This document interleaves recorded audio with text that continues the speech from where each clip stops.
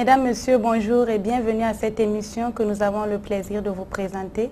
Aujourd'hui, nous allons nous entretenir sur comment éduquer les enfants sur la sexualité et nous recevons sur ce plateau des invités. Bienvenue à nos invités. Et tout de suite, nous allons tout d'abord visionner un micro-trottoir. Est-ce que vos parents vous ont parlé de sexualité? Non, pas trop. Non, nos parents ne nous parlent pas de sexualité parce qu'ils se sentent gênés de parler de ça avec leurs enfants. Bah non. Oui, souvent oui. Non, non. Bon, pourquoi nous de la sexualité, c'est trop dit. Non, mes parents ne me parlent pas de sexualité. Non, mes parents ne m'ont jamais parlé de sexualité, sauf, c'est pas avec mes amis comme ça. On aime parler ensemble, mais mes parents ne m'ont jamais parlé de ça. Non. Non, j'ai appris qu'une fille atteint l'âge de la puberté à l'école. Est-ce que vous avez des enfants? Oui, j'en ai 2. Et est-ce que vous leur parlez de la sexualité? Oui, vous savez, les enfants, des fois, ils ont des questions. Bon, quand ils vous posent, vous êtes obligé quand même de répondre. Hein. De sexualité, moi, mes enfants sont petits d'abord. Ils ont quel âge? 8, 9, 10, comme ça. Bon, parler de sexualité, je ne pense pas d'abord. Pour le moment, non, parce que je n'ai pas les enfants qui sont à l'âge d'abord. Du moins, quand les filles ont l'âge de la puberté, ou bien bon, quand les garçons entrent à partir de 15 ans, quoi. Normalement, à partir de 15 ans. Il n'y a pas vraiment d'âge, parce que surtout en ce moment, les enfants sont très précoces. Bon, et surtout avec la télé aussi, ils voient des choses et puis vous posent des questions. Donc il faut leur répondre, il ne faut pas leur mentir. Pas spécialement, mais qu'on en parle ou pas, je crois qu'ils voient ça à la télévision. Et au niveau des autres médias, bon, également, ils suivent les questions de sexualité. C'est un sujet qu'il faut débattre. Et plus vous essayez de camoufler, les enfants auront une éducation ailleurs. Je ne peux pas leur parler de ça pour l'instant. Par exemple, les grands garçons de 20 et 18 à plus de 18 ans, on leur parle, je leur sensibilise même souvent, je leur parle toujours de préservatifs, même si vous avez des copains et des copines.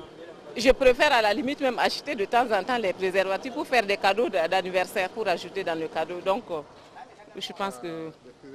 Avec eux, la sexualité, parler de la sexualité avec un enfant, c'est de changer les idées, quoi. Au fait, c'est l'amener même à déraper, si vous voulez. C'est l'amener à carrément changer de comportement, l'amener même à aller chercher des femmes. Jusqu'aujourd'hui, ils pensent que c'est un sujet un peu tabou pour les jeunes. Je ne sais pas pourquoi, mais je pense que de nos jours, on ne doit pas avoir de gêne à en parler de sexualité à ses enfants. Vous avez visionné ce micro-trottoir. Qu'est-ce que vous avez à dire par rapport à cela? Quelle est votre réaction? On commence par M. Minungu. Je ne suis pas tellement surpris des réactions des uns et des autres. C'est ce qu'on a l'habitude d'entendre d'ailleurs partout.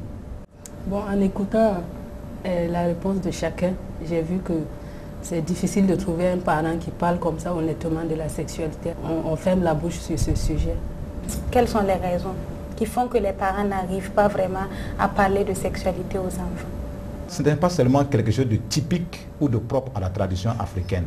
C'est de manière générale dans toutes les sociétés. Bon, c'est vrai qu'il y a des sociétés qui ont connu une évolution par rapport aux autres, mais de manière générale, quand on touche la question du sexe, c'est toutes les sociétés qui sont réticentes à cela. Bon, il y a un phénomène nouveau qui a amené donc dans d'autres sociétés qu'on commence à parler ouvertement de la sexualité, mais ce n'était pas aussi quelque chose qui leur était propre. Il y a aussi un jeune là qui a souligné une des raisons dans sa réponse. Il a dit que parler de la sexualité avec son enfant, c'est le pousser à faire l'expérience. Et il y a la plupart des parents aussi pensent comme ça. Pensent qu'en expliquant, en parlant avec l'enfant du sexe, de la sexualité, on le pousse à aller faire l'expérience, alors que ce n'est pas le cas. Vous avez tout de suite aussi dit que c'est parce que les parents voient en l'éducation sexuelle le simple fait des rapports sexuels qui explique souvent qu'ils sont réticents d'en parler. Mais qu'est-ce qu'en fait, quand on parle d'éducation sexuelle, qu'est-ce que ça comprend? Mais je dirais de manière très schématique que quand on parle de la sexualité, c'est en fait ce qui fait de nous des êtres humains. C'est ce qui fait d'un garçon qu'il soit garçon et de ce qui fait qu'une fille est fille. Donc c'est tout ce qui constitue son être. C'est ça la sexualité. Et la sexualité englobe même l'aspect social des relations, les relations entre les êtres humains. Donc c'est tout un ensemble. Ça ne se limite pas que à l'aspect rapport sexuel. Pour moi, la sexualité, c'est un système éducatif. Lorsqu'on prend le petit garçon, il faut amener l'enfant à comprendre pourquoi il est garçon. Lorsque, par exemple, les enfants arrivent à l'âge de la puberté, c'est là que le vrai problème dans l'éducation sexuelle des enfants se pose. Donc, par un enseignement progressif, l'enfant va être appelé à savoir que le garçon, par exemple, qu'à partir de tel âge, eh bien, voilà, mon sexe deviendra comme ça, il va évoluer dans tel sens, et en évoluant, voilà, il va se révéler certaines attitudes qui vont arriver. Donc l'enfant est déjà préparé à cette évolution. Vous venez de dire qu'il faut, c'est un système qu'il faut intégrer à la famille, au système scolaire et tout. Effectivement, on se rend compte même au travers du micro-trottoir, il y a plusieurs parents qui ont dit, ben, il y a l'école, il y a les médias qui s'occupent de ça. Et donc, eux-mêmes, finalement, ils ne s'en occupent pas. Ils laissent le soin aux instituteurs, aux professeurs de s'en occuper. Qu'est-ce que vous pouvez dire par rapport à cela? Qui est en fait responsable de l'éducation sexuelle? Qui est le premier responsable? Je ne sais pas si je dois répondre, mais pour moi, les premiers responsables, c'est les parents. C'est le père, c'est la mère. Les tout premiers responsables de la vie humaine, c'est les parents. Ensuite viendront les éducateurs un peu plus tard. Et donc, c'est vrai qu'en écoutant le micro-trottoir, on a des diverses manières d'appréciation sur l'éducation sexuelle. Bon, quelqu'un a dit tout à l'heure que c'est pas la peine d'en parler. De toutes les façons, l'enfant apprendra cela plus tard à l'école. Ben, voilà, c'est une réaction qui est généralement commune. Pourquoi? Parce qu'on a honte de parler à l'enfant. Mais très tôt, depuis le bas âge, pendant que l'enfant est dans les bras de son père et de sa mère, on apprend que voilà, un enfant vient au monde suite à l'union entre deux êtres, qui est le père, la mère, et qu'on dise à l'enfant, si tu es là, c'est parce que papa et maman, eh bien, ensemble, voilà, c'est par eux que toi tu es venu au monde. Mais ça ne choque pas, ça ne blesse pas, ça ne fait pas de tort à l'enfant. Et l'enfant tout de suite comprend, parce que l'enfant se retrouve vite avec son père, il se retrouve vite avec sa mère. Donc il comprend que je suis venu de par mon père, de par ma mère. Ce sont des choses élémentaires. Et puis après, maintenant, progressivement, on arrivera à lui donner encore des notions beaucoup plus solides au fur et à mesure que se développe son intelligence. C'est vrai qu'un parent qui, au niveau dans son éducation, n'a pas reçu une éducation sexuelle, c'est vraiment difficile aussi de transmettre ça à ses enfants, quoi. Donc, je crois que, enfin, comme vous le disiez, c'est un changement de mentalité aussi, que nous, en tant que parents, la nouvelle génération, on doit changer. Nous, on devait en parler à nos enfants. Et mon père était très sévère, ainsi que ma mère aussi, par rapport à ce domaine. Et on ne pouvait pas sortir la nuit, on a des heures bien précises pour être à l'école, pour être à la maison. Quand on finit l'école, à telle heure, on doit être à la maison, on doit se coucher à telle heure. On a des règles vraiment bien précises à la maison, quoi. Donc tout le monde était obligé de respecter ces règles. Donc ça fait qu'au niveau de la sexualité, c'est vrai, j'ai rien appris à travers mes parents. J'ai appris ça à l'école. Mais j'ai aussi, personnellement, j'ai un principe aussi. C'est vrai que je me suis dit, je ne vais pas aller avec n'importe quel garçon. Ça, c'était mon principe, même à l'école. Mes autres copines se moquaient de moi parce que je ne pars pas avec n'importe quel garçon. Alors que mes parents ne m'ont pas éduquée. Mais moi, personnellement, je vois que c'est une grâce de Dieu. On se rend compte aussi que les parents, la plupart du temps, mettent l'accent sur les filles quand on parle de l'éducation sexuelle. Parce qu'ils se disent, bon, c'est pour les filles, c'est visible, c'est elles qui peuvent rencontrer des problèmes. Pour les garçons, bon, c'est pas vraiment important. Et qu'est-ce que vous en dites? Pour le garçon comme pour la fille, l'éducation sexuelle est très nécessaire. Il faut que chacun connaisse son corps et toutes les étapes de développement de son corps. Et c'est comme ça qu'on apprendra au garçon, au fur et à mesure qu'il a reçu un enseignement adéquat, eh bien, il comprendra son corps. Et à chaque étape, il sait pourquoi ce phénomène se produit. Par exemple, l'enfant se lève le matin, et là, parce qu'il n'a pas encore fait pipi, vous voyez son sexe qui est en érection.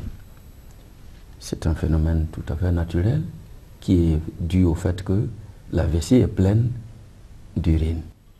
L'enfant, au lieu de crier sur lui et lui dire « ne fais pas ceci », dites-lui « va faire pipi ». Et quand il fait pipi, c'est fini. Et je crois que l'éducation sexuelle doit être donnée à tous, filles comme garçons. Et que l'éducation sexuelle est la responsabilité de tous, le mari comme la femme. Que ce n'est pas à un seul qu'il est donné donc la responsabilité d'éduquer les enfants de manière générale et sur le plan sexuel de manière spécifique. Donc de telle sorte que le jeune garçon a besoin de savoir qui est son vis-à-vis. Parce que parfois les problèmes sexuels arrivent à ce niveau-là, on ne sait pas qui est l'autre. Donc non seulement il a besoin de se connaître lui, mais il a aussi besoin de connaître qu'est-ce qu'une jeune fille, qu'est-ce qui se passe en elle, comment est-ce qu'elle est formée. Il a besoin de connaître cela. Et ça va le permettre de respecter cette fille. Et vice-versa. J'ai eu mes règles à 13 ans. Quand mes règles se sont apparues, j'ai cru vraiment que je suis tombée malade. Et ma maman était à l'hôpital avec mon papa qui était hospitalisé. Elle est rentrée à midi pour faire le repas et puis je lui ai expliqué. Elle ne m'a rien expliqué du tout, elle m'a montré comment faire et puis c'est tout. J'ai vraiment pensé que, bon, quand je l'ai accueillie, je lui ai dit, maman, écoute, je suis malade. Qu'est-ce que tu as? J'ai expliqué ce que j'ai. Au lieu de me prendre à part, m'expliquer que je suis devenue maintenant une grande fille, voilà, comment ça se passe, rien du tout. Elle m'a tout simplement expliqué comment entretenir ses règles et puis c'est fini. Imaginez, si je recevais à ce moment-là des fausses réponses, j'allais les appliquer aussi. Surtout chez le garçon, parce qu'il y en a qui pensent vraiment qu'à un certain âge, si tu n'as pas de rapport avec une fille, tu tombes malade.